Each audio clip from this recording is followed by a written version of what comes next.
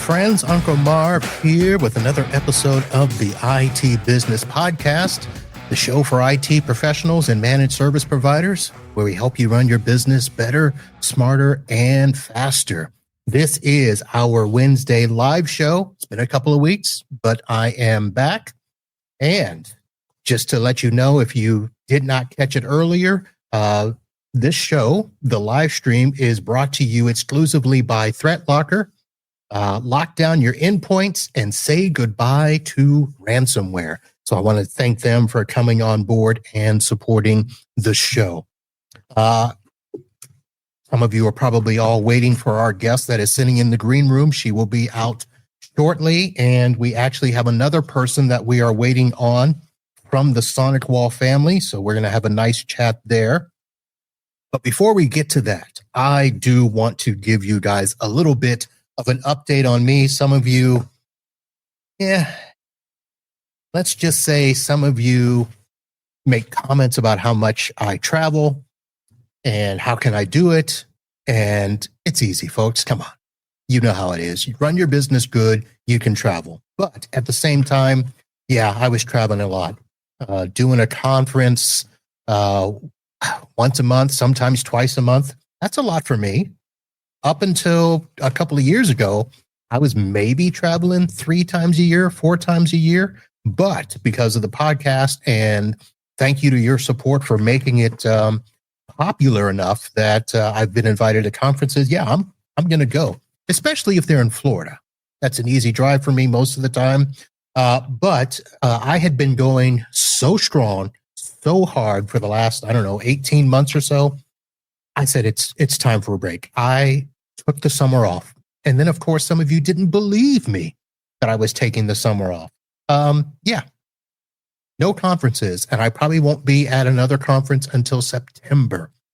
So that's what's happening. And what am I doing while I am taking that time off? Well, I'm working in my business. What else would I be doing? And this is a time where I am going through a couple of trials. You heard that correctly. I am looking at my stack. I've had a couple of things that I've been taking note of. One of them has to do with the fact that I did a series of shows a couple of months ago, Avik versus Domotz, and I had promised to do a final show and wrap that up and talk about my experiences with both. Well, part of the reason that is taking a while is because I had to finish a demo, get full access to the software of one of those products so that I could honestly myself use them and then compare them. So that trial ended just last week. So now I am putting together all of my notes and comparisons, and I will be doing that final show. I'm hoping to get it recorded, edited, published over this weekend, so it'll be ready for next week. But that is coming. Avik versus Domotz, my final thoughts. Let's see, what else did I do? I did an evaluation of Cork, the insurance protection program. That's not what they call it, but that's what I'm calling it. And I had a law firm a couple of months ago get really serious about their cyber insurance. And so I was able to convince them to let me help them get their cyber insurance. They, of course, submitted their claim with their regular insurance person. I introduced them to SeedPod Cyber, and they were able to secure insurance through SeedPod Cyber for actually a lot less. When I say a lot less, we're talking, $1,500 a year less because of what we did to prove that they were secure. And then on top of that, we evaluated Cork so that I could be able to prove to all of my clients, hey, here's what we're doing to protect you. Here's where you're covered. Here's where you're not covered, and all of that. So I will be having some conversations with Cork and about Cork as well soon. And then, of course, if you follow me on the Facebook, some of you saw that I put a little post up that I'm doing a thing.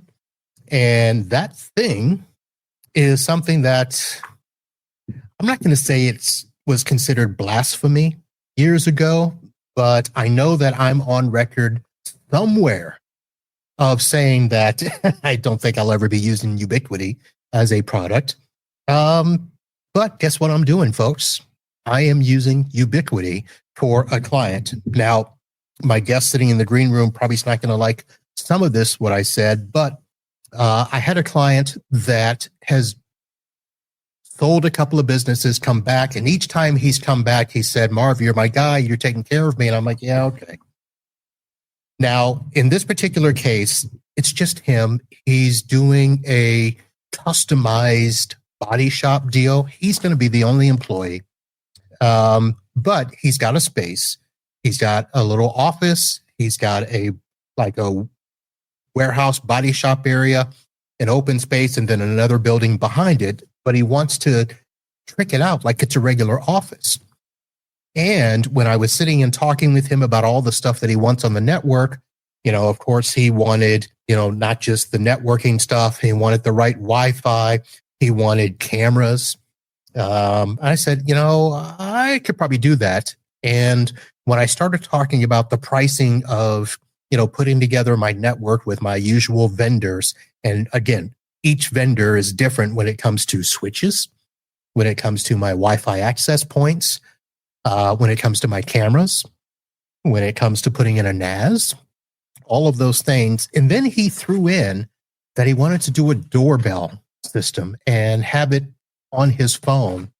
And I said, you know what? At this point, I've got to look at Ubiquiti, because Ubiquiti does all of that. And I have heard many of you over the last year, maybe two, talk about how far Ubiquiti has come. So I went out and did a thing. I looked it up, gave him a quote. And to be honest, that is the reason that there was no show last Wednesday, because I was in the midst of working out this Ubiquiti proposal. I was reaching out to peer group members. I was reaching out to some podcast, board members that I have, people when I have a thought and I'm like, hey, let me run this by some people. So I got a whole bunch of input about Ubiquiti, and they said, yeah, do this. You can do this. Yeah, it's easy. Once you do this, you'll never go back, blah, blah, blah. So that's what I was doing last Wednesday night. Sent the proposal over Thursday morning, signed, got my deposit check, and this week got all of the product in. I put a picture of the first shipment that came in, which was the Dream Machine. I got a 16-port Mac switch. That picture only had one of the wireless access points, but there's actually going to be three, one for each building. And then I've got an outdoor access point that's going to go in between the buildings. We are putting in 5 of the UG6 bullet cameras. I've got the doorbell. That's going. He actually ordered extra chimes so that he could have a chime in the front area, a chime in the work area where he is, and in the back building, we're putting a chime there using the Wi-Fi chimes. And then we also put up, he's going to put up a TV in the work area, and we got I think it's called the UP viewport, where we can connect the Ubiquiti cameras to his TV, and he can see all of that. And I got all of that stuff hooked up between yesterday and today. Today, the doorbell came in, and that also shows up on the video feed cameras, shows up in the Protect app. So that's what I was doing for the last few days, is getting my Ubiquiti groove on. So I will have a full review of that later, because even though I've got it set up here at the shop, of course, we've got to now go get it installed and set up, and should be interesting. So that's been my week, folks. Actually, it's been a few weeks between the Alvik, the Cork. And then I have a personal vendor story that I want to talk about, but it's not a vendor inside of our space. It's a vendor for our house. And I will tell you that we went 1 month and 3 days without our working refrigerator in our main area. We did have a refrigerator in the back, so we weren't dying.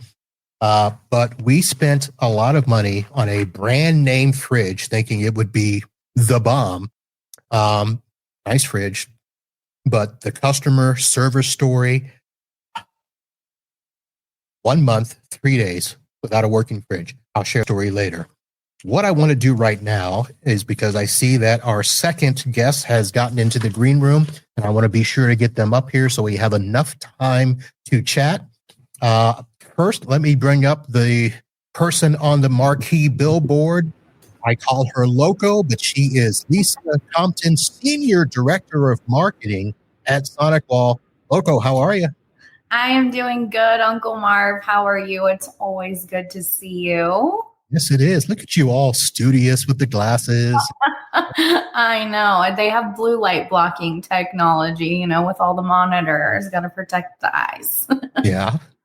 Yeah, actually, Ollie Thordson taught me all about them earlier this year. So this is my new pair with the blue light blocking technology, so I don't fatigue my eyes. Okay. All right.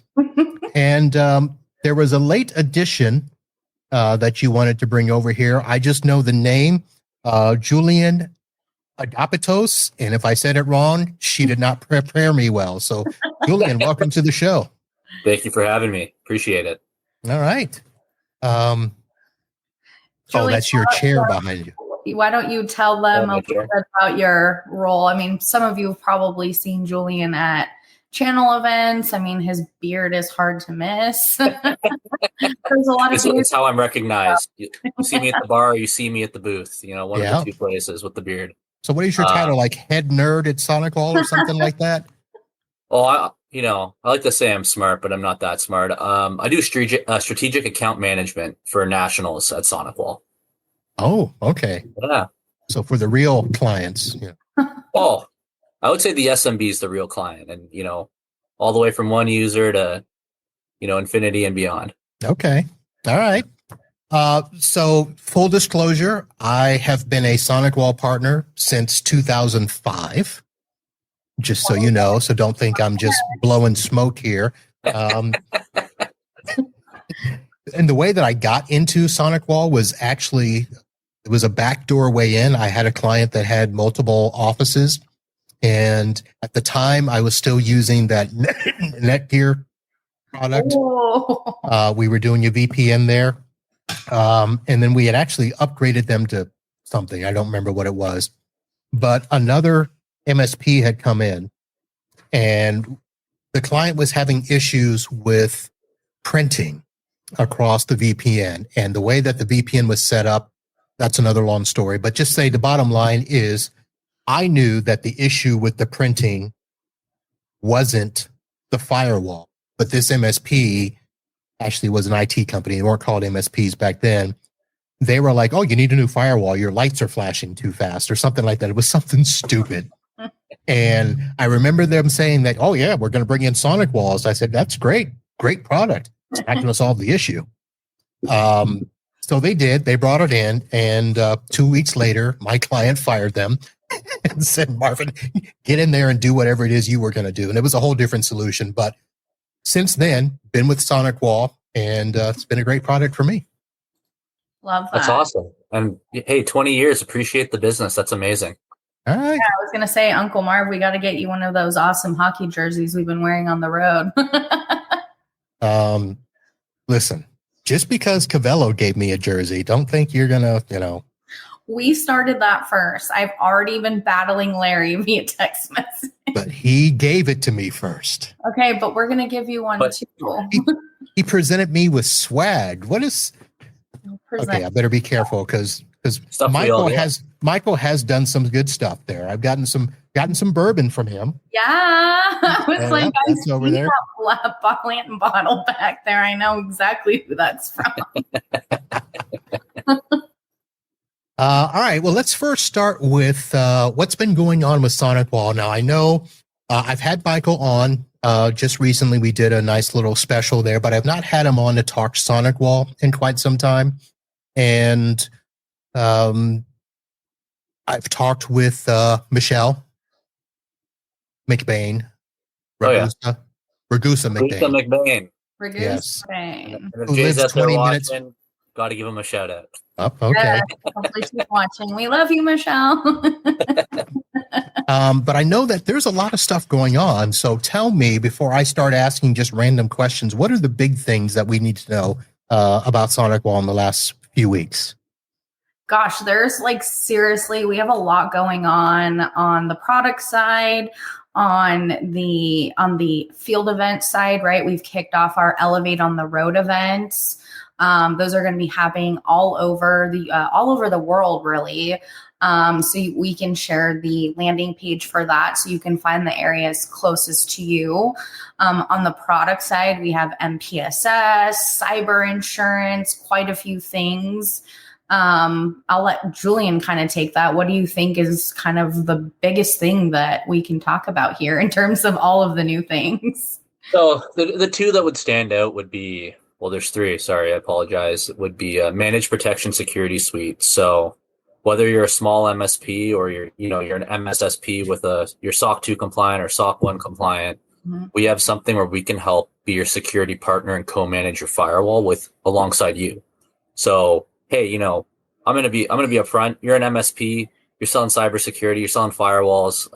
That's 25% of your business, right? Like, where are you making your money? You're selling Office 365. You're selling other solutions that have deeper margin because there's no hardware attached. The ability of MPSS is, now that we're co-managing that firewall alongside you, you can actually take time out of, you can recommit your time, and you can better use that time to focus on other projects. Seems really nice. And the biggest enemy to an MSP outside of hackers is time, right? I wish I had more time in the day. And I know the MSPs I talk to every day, they wish they had more time to do the projects they're working on and do their deliverables. It's something SonicWall can do that's, new to the market and really takes a load off. So I know that Solutions Granted was kind of doing this, but this seems like it's a 2.0 version, a little more souped up and stuff. In SonicWall, when they started doing the, firewall as a service, I guess, what was it, last year, the year before? Security as a service was the original, the architect of all of this. And then we moved it into something called the service provider program. And what that lets you do is, you buy your hardware up front. That's unfortunately the name of the game. And then you can amortize that and create, your own firewall as a service program, but then you can license everything monthly, no term, no commits.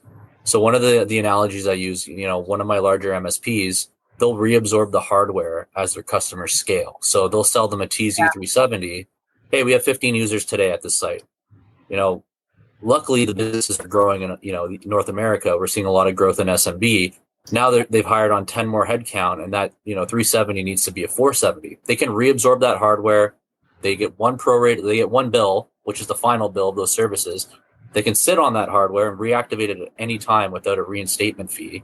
And, sure, it's collecting dust, but it can be a new revenue engine when you replace it at a new customer site for a net new logo or, just a TZ270 to a 370 upgrade. And you have that perpetual hardware cycle internally at your business. Okay. Now that's huge, because I've always gone through the cycle of, if I got to replace the system, it's an upgrade, and the old SonicWall becomes useless, because once you, transfer the services, that becomes basically a doorstop. It's your paperweight. Yeah, I was gonna say, so being able to do that now, do you still do upgrade, services with that, or is it something different? So in the monthly program, every firewall is an upgrade, but you're not decommissioning the previous unit. Okay. That's the beauty of it. It's just a bare bones appliance. There's no services on it.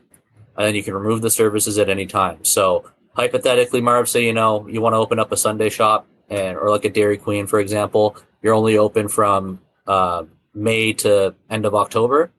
You can reuse that. You can have that hardware there for those 6 months. And then next year you can just start it over again. And there's no new hardware purchase. It's just you're reapplying licensing out of Sonic platform. All right. And does it matter if I buy the unit outright, or is that part of the monthly? That's part of, no, you're buying the unit outright. That's your one-time cost. So that's your upfront cost, but the hardware in this program is already discounted beyond the traditional.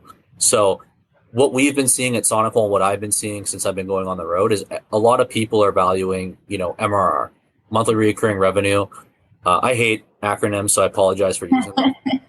But, how do you get more cash on hand? How do you get more EBITDA? Because I think that small mom and pop shops MSP that they're building, they want to sell it one day, and having a nice cash on hand really builds the business, lets you focus on how we can make more money, scale out better, buy better products to support the business, and that's just the beginning. And SonicWall wants to be there on that part of the journey for you guys. All right.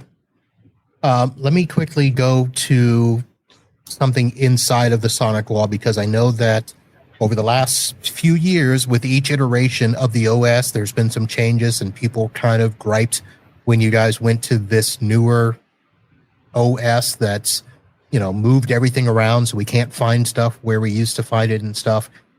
Now you're going to another cloud native version. Does that sound right? Yeah. So our partners today living in my SonicWall, and I'm sure I'm going to get in trouble for saying this, but my SonicWall wasn't really built to scale for MSSPs as they grow. So what I mean for that is, Marv, you got 500 to 1,000 customers, and you're managing them all in individual tenants. Bit of a headache. Yeah. It's not really scaled out to do that, and that's where the business is heading. So what we did is we launched a new platform called Sonic Platform. And Sonic Platform, single pane of glass. You have an SSO, your passwordless. I don't have to hop on calls with partners anymore where they have 15 tabs open. They're trying to figure out their password for what's going on while we're doing their screen share. It's all in one place. And when I say it's all in one place, we're talking switches, access points, firewall, Cloud Secure Edge, which is ZTNA, which is, a hot item right now is ZTNA and SASE, our EDR, our capture client. And there's more to come. There's something that we have in there called PSA Hub. We launched that in March 17th. And here's the killer thing about PSA Hub. Whether you're using Kaseya, you're using ConnectWise, you can actually push all your billing and all your automation through those platforms into Sonic Platform. And then those accountants who don't need to go into into my SonicWall or Sonic Platform anymore, they don't have those headaches of learning another CRM. We have tools to enable the MSPs, whether it's an accountant or an IT person. And the IT person is going to see Sonic Platform and they're going to fall in love. When I started at SonicWall, and I'm sorry, I'm going on, we had GMS, and GMS was not I would hop on calls. Okay, hang on. Before you talk about trying to age yourself, are we talking Hey. GMS the hardware or yeah. GMS the software? He's talking about the Both. hardware. Okay, because I had that hardware. So yeah, I had it here in my office. 20 years. and now we're finally moving into this, true single pane of glass solution that actually works. Mm-hmm. And even as a salesperson, I don't have to say like, hey, it didn't work in the past. This actually works. This is a tangible solution. Everything is in a single pane of glass. You don't have to worry about whether you're managing 5 clients or 50. It will scale to 1,000 plus when you get there. When we say single pane of glass, we mean like a single pane of it's everything is a map, and you can see all your firewalls in North America. You can click into your tenants, you can click and see everything. And then when you click into the firewall, just take you into NSM, which is your centralized management platform to push updates, to push your firmware, push policy configuration changes. It's all there. It's all built out. We've really come a long way in the 6 years I've been here, and maybe in the 20 that you've been a partner. I know. I'm afraid to go into that platform. I'm still going to my SonicWall because. Oh, I'll tell you what. We can connect offline, and we'll get you a demo, and then you can rake me over the demoed coals. out already. I'm taking the summer off. All right. No. So September 22nd, when it's the fall, you'll be falling for Sonic Platform. So hang on. So now tell me about the warranty, because here's the thing. Oh, yeah. A lot of people are trying to add cyber warranty stuff into their products. Now, you heard me at the top mention I'm working with both SeedPod Cyber and Cork. Yep. There's others out there that are now adding warranty. My cyber platform has a warranty, blah, blah, blah. It's all out there. So tell me what made SonicWall decide to, first of all, think about doing a warranty, and then what does that mean? So the big thing with the cyber warranty, and this is the takeaway that I say, is we don't see any vendors right now in the marketplace, and you could prove me wrong now, that have a firewall backed with a cyber warranty. Currently that I've seen, it's Sophos, and it's their XDR platform. Otherwise, SonicWall has the ability, and it's like buying gas. There's going to be a lot of options. There's going to be the base option where you manage your firewall, but we have documentation which I can send you in an email for you to proofread and share with your base with the best inline practices. And these practices don't come from SonicWall. They came from a company called SciSurance, who's providing this embedded warranty. So if someone else is saying, hey, this is what you need to do to be foolproof, it's pretty good. Now, if you want to step it up with us and you want us to be your security partner, you would buy our Managed Protection Security Suite. And that would bump you up from $100,000 to $200,000. Yep. Now, the advantage to that is, hey, SonicWall publishes a CVE. These things happen. We're helping patch it for you. We're not doing a remediation, but we're doing an update for you. We're telling you things on your config that are wrong. We're sending you audits every month on, hey, this is what you need to know on the traffic that's coming through. This is what's concerning. This is what's not. Hey, we can free up, we can change some policies that would make your firewall run a little bit better. We are your partner in that. We want to be, I want to be your family. I want to be your friend. And then if you start to look at the rest of our solutions, you do our network detection and response and our endpoints, our EDR, MDR, XDR, all the acronyms. We'll just say them all the R's, as Michael says. Yeah, that's all the R's, as Michael Crean would say. You would get $500,000 of a cyber-backed warranty. Now, if you really want the kicker and you go all in with us, you do our cloud threat analytics. You get $1 million.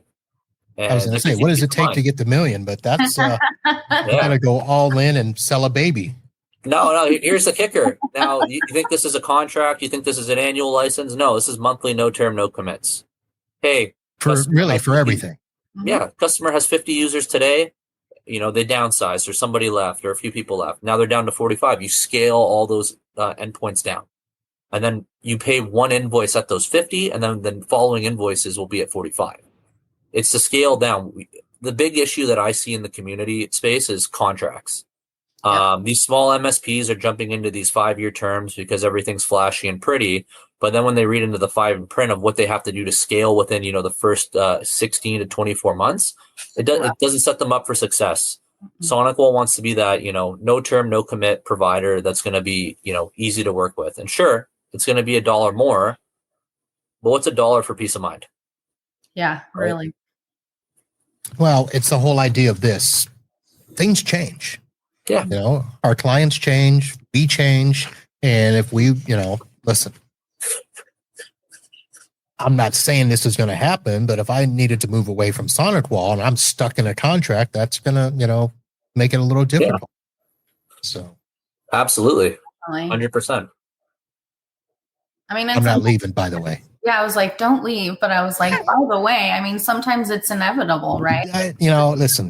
Down and depends on how Michael is at ASCII Cup this year. Is he going? Of course, Michael Crean will be there.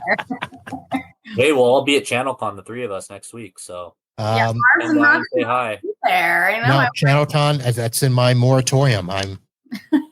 That's taking that time off. Listen, technically, I should be at ASCII Columbus tonight, where Michael is. Apparently, what Michael did was he probably called ASCII and said, "Hey, which ones is Marv at? I'll go to the other ones." No, I've not seen him at an ASCII this year. Are you going to be going to ASCII Toronto? No. Oh, that's next month, right? Yeah. That's not September. All right. It's September. At the whole end of August, though. So, I mean, it kind of might have slid in there. We don't know. Yeah, whatever. Hey, listen, before we get too far along, I want to, first of all, thank you for those of you that are joining us live. Thank you to Keith for basically single-handedly keeping the chat alive. Yes, I was going to say, Keith, we will get you all the things that you asked for. Well, yeah, I just wanted to say, he said, send it to me. So I don't know what specifically he meant send, but whatever you're asking for, Keith, let them know. I'll connect with you after and make sure we get you exactly what you need. Yeah. just reading the rest of his other I know. comments to see if they're worth putting up here.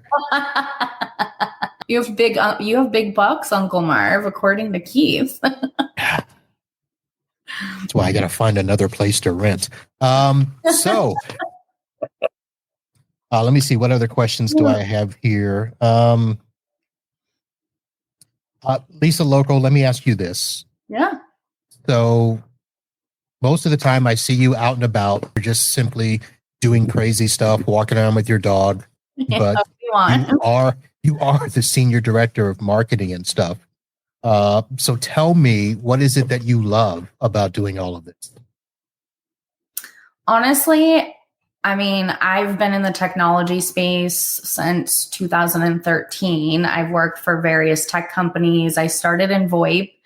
But what it really comes down to is the people that stand behind the scenes, the people that are building the technology, being able to work with people who understand MSPs. Michael Crean's a great example. Like, he used to own an MSP. So evolving out of that, it's been great to learn from him, more on the MDR, XDR, all the R's side of things. And get to work with awesome people like Brian and Julian and Corey and Dane. We have a lot of really awesome people on the SonicWall side. So getting the opportunity to work with such a diverse group of people has been just amazing. That's a stock AI answer. No, I love the people. I mean, that's, I love doing events. I love the channel community so much. Why I've been here for so long. But yeah, the people are what make it awesome. All right. Well, that's what you love. Well, tell me about what you hate. And let's start with the fact that SonicWall was in the news recently for having one of those CSV exploit thingamabobbies. ConnectWise has been hit with them. Pretty much everybody's going to be hit at some point in time. But how are you responding to that? That's a really great question because, it's kind of inevitable, right? When things happen, we can't prevent everything from happening. All we can do is protect to our best ability. So I think transparency is a really big thing in that, and being transparent about what transpired and what actions were taken after the fact. Acknowledging where, the hole was and what you did to repair it. Because again, I mean, there's new vulnerabilities and new attacks happening every day. And bless MSPs and the cyber vendors out there for staying on the pulse of that. Because again, there's something new every day, and I learn it from people like you and Michael, and our CEO, Bob Van Kirk, is really great at making sure we're all knowledgeable and that we have that clarification of what really happened. All right. Julian, you want to give a technical side to that answer? I love chiming in on these. So sorry about my dog. One sec. Norman. Norman's just excited to be on the podcast. You have to shout out the pod. So CVEs, this year, so for fun, I like reading them. So there's been a lot this year. A lot of them have been around SSL VPN. And this is a concern. So SSL VPN on the client side is becoming the new target vector for a lot of bad actors. And partners think just, enabling MFA is one part, getting past it, patching, that's the next. No, there's been a shift in the market, and you can look at Cisco, you can look at Fortinet, you can look at Palo Alto.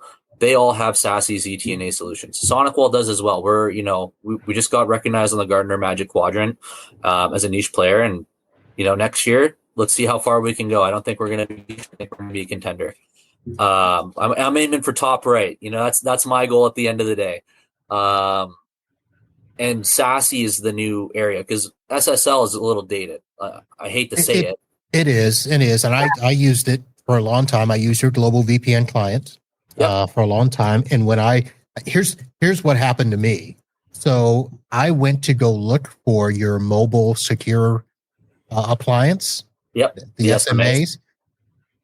And you stopped them. Yeah. So that's because, once again, SSL VPN, it's like a borrowed architecture. It's something we all kind of bought into, I want to say 15, 16 years ago.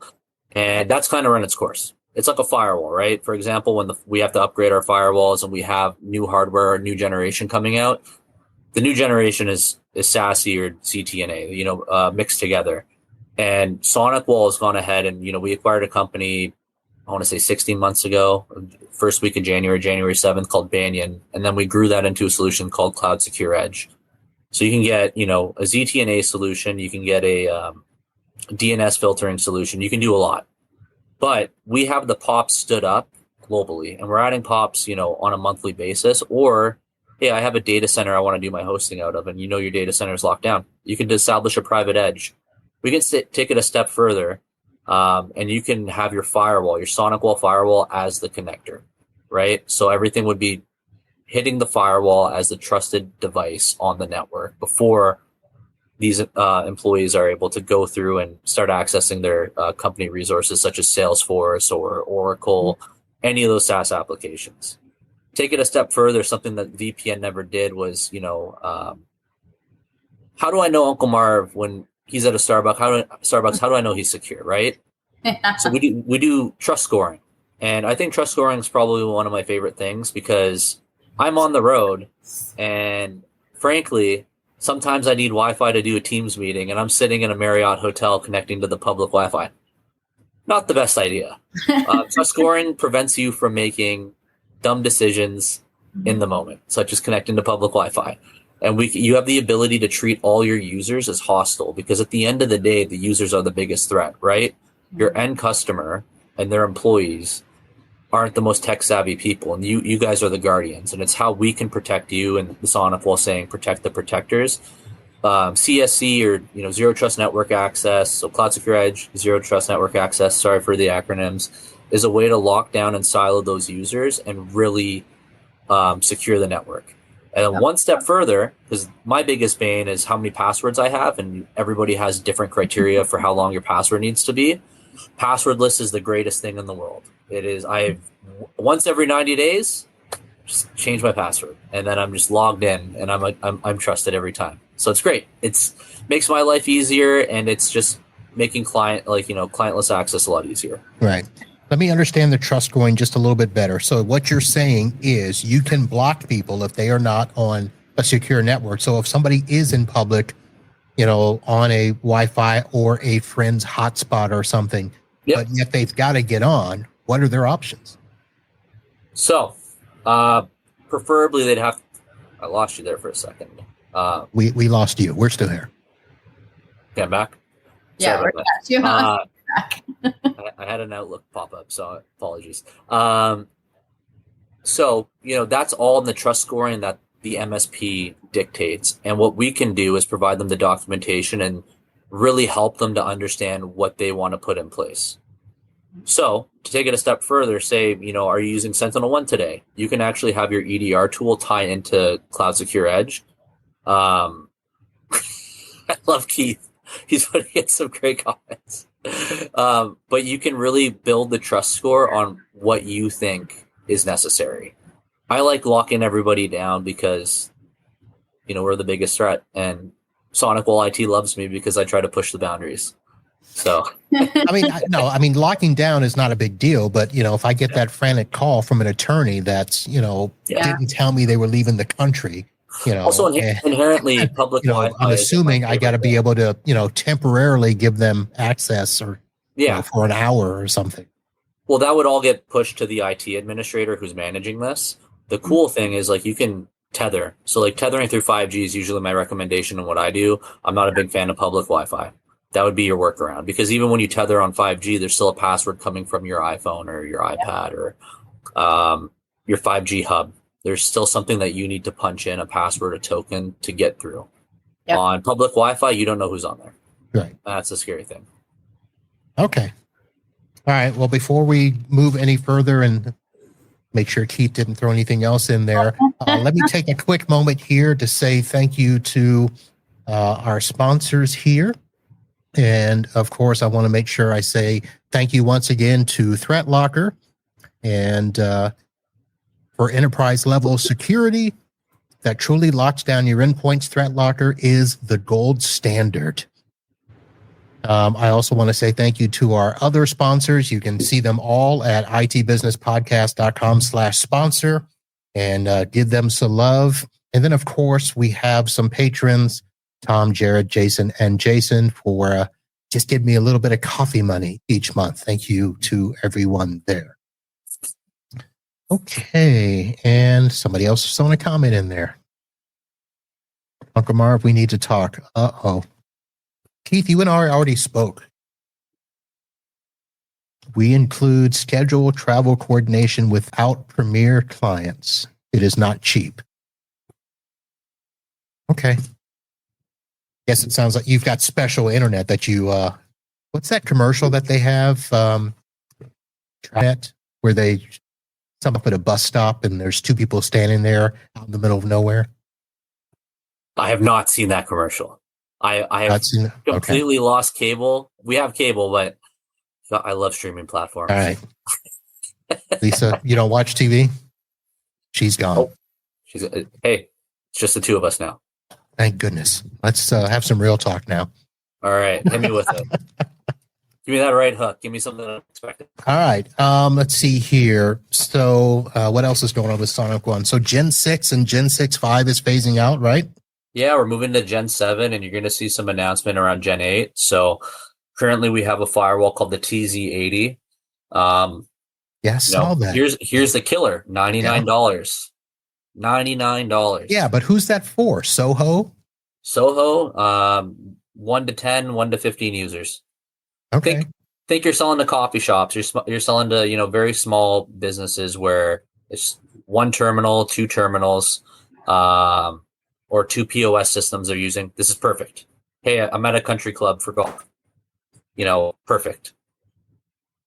Maybe it would have worked for my client that I just set up, the single man shop, but I went. Hey, $99, and it's services start at $11.21, and all the way up to $25 on the high end. All right. So what is that? What are the new tiers? Who was it? Essential, advanced, and managed. So managed. Okay. I get to be the bearer of bad news. We're phasing out essentials starting in August, and it's going to be NSM. So it's going to be AP, Advanced Protection Security Suite, which has NSM included, and then Managed Protection Security Suite. So you have your two. It's a fork on the road. You have your two flavors.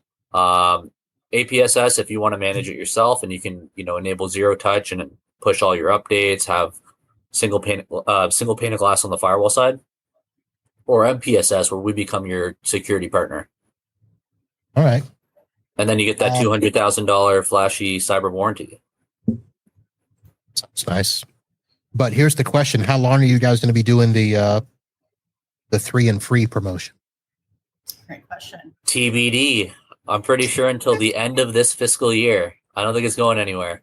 All right. And for those of you that don't know what that is, you can get a new appliance basically for free if you purchase 3 years of a security package with that, which apparently they're changing. So I'm assuming the price will change as well. Nope. It's already so 3 and free is already included on the Advanced Protection Security Suite. So the pricing is going to stay as is. The one thing you will see coming down the pipe, because we are phasing out essentials, there will be a price adjustment on Advanced to make it more adoptable and easy to migrate into. Okay. All right. And then I know you guys have got some new integrations out, specifically ConnectWise, Halo, Datto, Lumu, the camera people. Yep. What integrations are you guys having with all that? So I can't speak to the Lumo one because I don't use it. But when it comes to your PSA and your RMM tool, we are growing that platform. And that's through PSA Hub. So I'm going to be transparent. You guys are using PSA and RMM tools day in, day out. What if we could take the load off of really leveraging our platform, such as Sonic Platform and my SonicWall, for the people who don't need it to be in there? PSA Hub really pushes that for you. It's a vehicle for the non-technical people to go in, grab the renewal reports, grab all the automations they need to run the business. So down the road, you're going to see more integrations. We have Roost as well. I don't know if that was ever mentioned. We have integrations with Roost. We have integrations with LionGuard. Shout out Michelle Accardi and Chessie Hubert, two great humans, and Brooke Lee and Kyle. A lot of guys at LionGuard I like. And Jeremy. And Jeremy, yeah. So it's a community when you talk about MSPs and cybersecurity, because it's not one solution, and SonicWall has done a really good job of addressing that, saying, okay, we went and spoke to all of our partners in the past 2 years, and all is a big number. There's, I think, over 20,000 SonicWall partners. We talked to a lot of them, and they got back to us and said what really mattered was integrating PSA and RMM tools, because that would make their operations a lot easier. And if we can save you guys time, and that's going to save you money, hey, you're going to come back to us and say, I want to buy some more stuff from you guys and not the other guys. Yeah. And that's what we've been doing. I haven't seen the roadmap yet for what's coming for the second half of this year and the year after for RMM and PSA integrations, but that market's growing. It's, I attend all the Kaseya events now, thanks to Lisa and ConnectWise as well. And, sky's the limit with these guys for what they're looking to push. And we're going to be there to support it along the way. Nice. All right, and just to clean up the Lumu comment, so Lumu is actually one of the camera providers that I was looking to quote to the gentleman there, and it's a little pricey. So a big, more pricey than your typical Boss or those cheapo services. And Ubiquity's not cheap, but yeah, being able to do SonicWall with Lumu cameras and. Are you still calling the access points the Sonic points? Sonic Wave. Sonic points died. I was like, now we're calling them Sonic Wave. God, I'm old. In 2020, I heard only bad things about Sonic points. So SonicWall, in 2017, 2018, got ahead of that curve and killed that name. Thank God. Or you're riding a wave, wireless access wave called the Sonic Wave, and we're surfing along. All right. Yeah, and they're well priced. There's some cool stuff you can do on them. Security services for them. So if they're segregated off of the network, so for example, car dealership has them outside at the other end of the lot where all the used cars are. You still have security services kicking when you're connected. It's a really cool concept, and it just pushes the security beyond what the firewall can do. But Sonic Waves, have been a lot more robust than Sonic Points. So if you're in the market for access points and you want to, revisit it, we have very affordable NFR pricing on the access points. And hey, you can hit me up on LinkedIn if it didn't work out, and I'll be your punching bag. But I have a 621, works like a dream. 621. Is that a 4x4 or 2x2? 4x4. 4x. That's what I want to hear. I don't think we've had 2x2 in a while. And then, most everybody has 2x2. 4x4 was like, all right, we'll move on. I want a vendor bash tonight. Just like a little. All right. So those were pretty much, you guys actually did a good job of covering stuff that I was going to ask. So, good job there. Is there anything that we did not mention that should be mentioned? Not that I can think of. I mean, I know you're not going to be at ChannelCon next week. I will not. I miss you. But for anyone out there that's coming to ChannelCon, we're doing a sip and savor dinner for MSPs on Thursday night. So if you guys want to attend that, reach out to Julian or I, and we can get you the details. And we'll also be doing a sweet party with Rhythms on Tuesday evening. Come by SonicWall booth or Rhythms booth, and we can get you the details for that. Julian will be there too. All right. There you very have noticeable. it there. All right. A big crew coming next week. You'll be Michael, Brian, Corey. All three in the same place? I know, it's going to be dangerous. Julian, myself, JT Fanning, Matt Horton, Obi-Wan will be there. Yes, Keith will make sure to have a birthday cake for you, but you have to sign up for dinner. Don't give him a full cake. Give him a cupcake. Well, we're moving on to Dairy Queen Blizzards now. Oh, no. We'll have a cake where Obi-Wan pops out.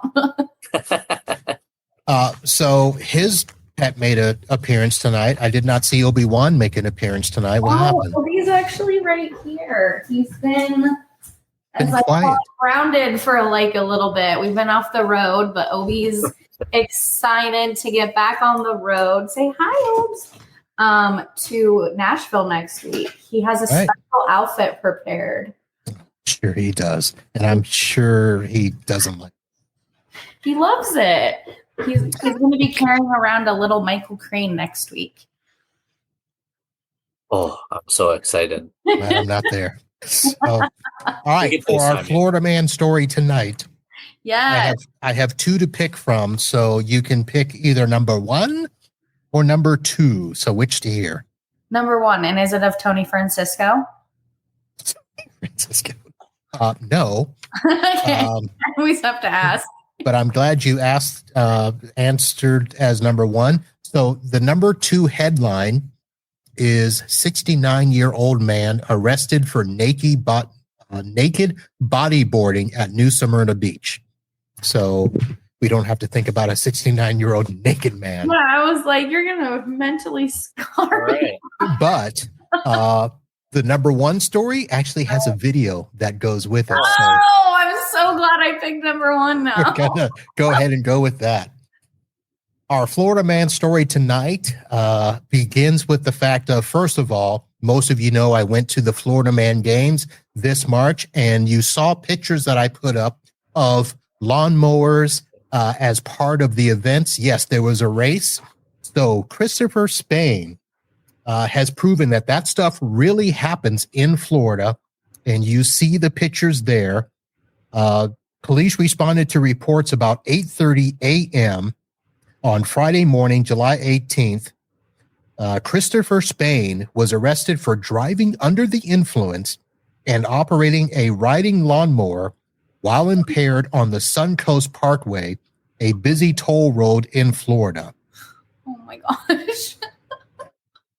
So we did not get any pictures of him actually driving the lawnmower, but the fact to ask you, I'm like, is there a photo of him on it? There should have been.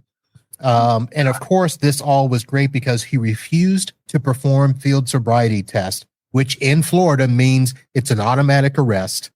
So he was arrested at the scene, charged with DUI, booked into the Hernando County Jail, and released later that afternoon after posting a $500 bond. Oh my gosh. And for those of you that want to know where Hernando County is, I need you to first of all think Tampa. Oh no. And then north of Tampa, there's a county called Pasco County, which was made famous through the program Live PD. And if you ever picture Florida man without a shirt, chasing gators, licking doorbells at 2 a.m, Yeah. that is Pasco County. Hernando County is just north of that. So, oh my God. We need to bring Live PD back right now. It is. It's back under a different name. Oh, okay. What's the name? Yes. What? I need the name. Yeah, we need the name.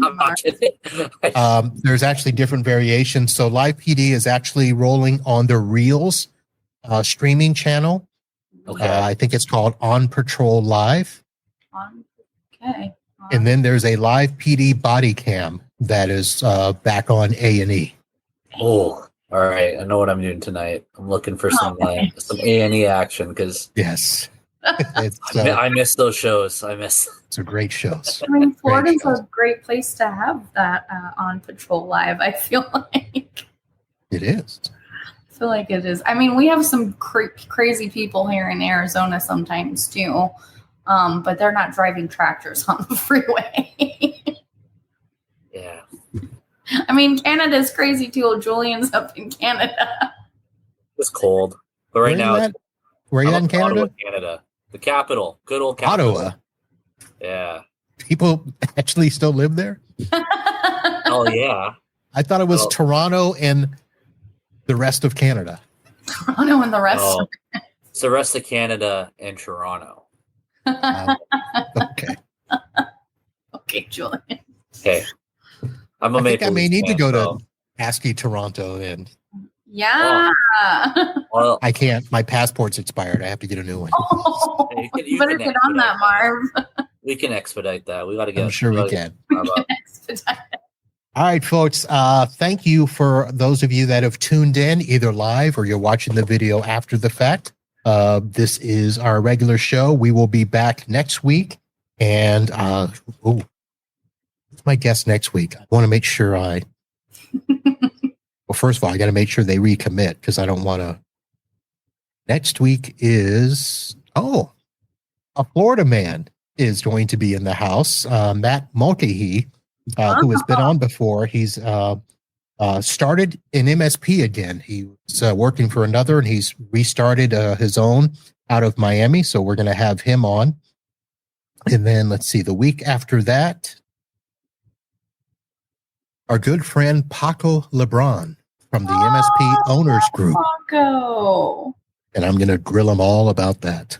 So, and then the week after that is a new name person to the show, and that's how that goes.